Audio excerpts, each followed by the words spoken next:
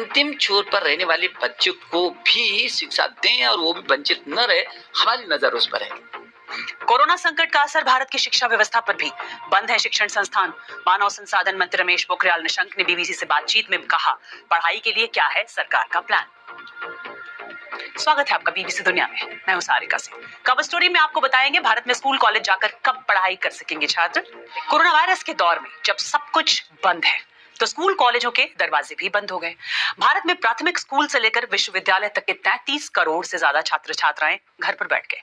क्या संकट के इस वक्त में सबको मिल पाएगी शिक्षा?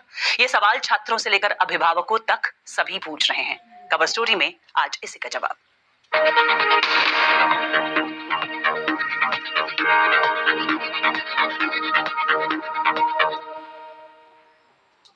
इस महामारी और लॉकडाउन का असर भारत समेत दुनिया भर के लगभग 70% छात्रों पर पड़ा है।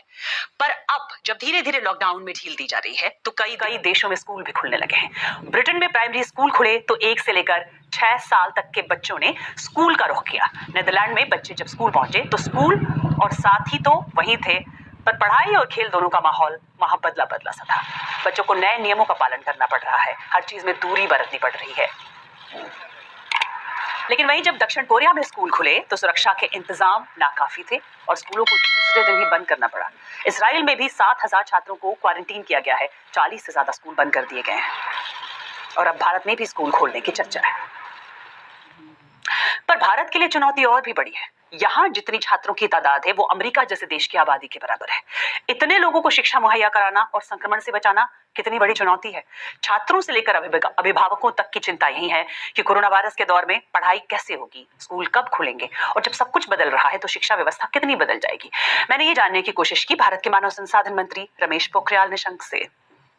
हमने कहा जो छूटे हुए पेपर हैं वो समय पर होंगे। सीबीएसई के जो पेपर है उसकी तिथियां निश्चित की हैं कि इस 1 जुलाई से 15 जुलाई तक वो पेपर होंगे। हमने कहा कि जो नीट है, जेईई है, मेंस और मेन के अलावा जो जेईई एडवांस है, इन सब की तिथियों को भी हमने निश्चित किया। क्या बहुत बड़ा टास्क नहीं है सोशल डिस्टेंसिंग के इस दौर में? कैसे करेंगे उतने सारे क्लासरूम का अरेंजमेंट, या कैसे इतने बड़ी तादाद में स्टूडेंट्स एक साथ परीक्षा देंगे? देखिए, हमारे सीबीएसई बोर्ड के लगभग 71 प्रश्न पत्र तो हो गए थे। अब जो 29 विषय रह गए हैं, जो प्रश्न पत्र, केवल हमें उनका ही करना है और उसके लिए भी हमने ये तय किया है कि उनको एक जगह से दूसरी जगह जाने की जरूरत नहीं है। वैसे तो सीबीएसई के हमारे लगभग 5,000 से भी अधिक परीक्षा के केंद्र थे, लेकिन उनको अब हमने उन केंद्रों पर नहीं जाएंगे बच्चे। अब जाएंगे बच्चे तो अपने ही स्कूल में उनकी परीक्षा होगी। लेकिन उस ग्रेट डिजिटल डिवाइड का क्या, जो इंडिया में आज भी 23-24% लोगों के ही घरों में इंटरनेट है और गांव में कई बच्चे तो मोबाइल फोन पर ही डिपेंडेंट हैं, उनके पास डेस्कटॉप भी नहीं होता है कि वो पढ़ाई करें। तो ऐसे में आपको क्या लग रहा है कि सबको शिक्षा मिल रही है ऑनलाइन पूरी? देखिए, अचानक ये जो परिस्थिति आई ये किसी को भी पता नहीं था और उसको कुछ नहीं मिलने से कुछ मिल रहा है, बल्कि कुछ से और आगे मिल रहा है।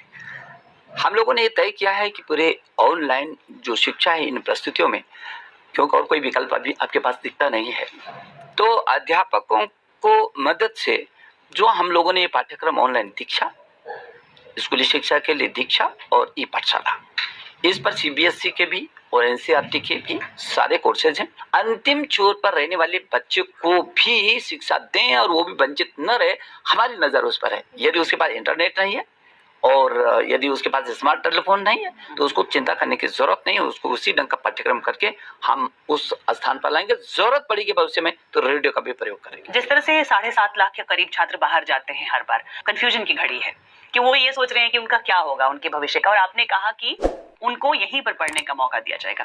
क्या इसके लिए इंफ्रास्ट्रक्चर तैयार है भारत में? देखिए, मैं उन छात्रों से और उनके अभिभावकों से, दोनों से मैं अपील करूंगा कि उनको बाहर जाने की जरूरत नहीं है।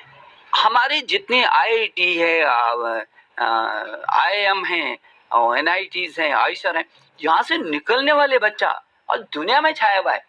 हमारा एनआईटी है, हमारा आईआईएम है। आप सोचिए 125 करोड़ की आबादी है, आप 33 करोड़ बच्चे हैं। क्या उनके लिए उतने संस्थान हैं? बहुत संस्थान है और बढ़ाएंगे हम इनको। और कैसे बनेगा? और इसके माध्यम से हम ग्लोबल बनेगा ना। स्कूल कब खुल पाएंगे? स्कूल कॉलेज बच्चे वापस कब जा पाएंगे?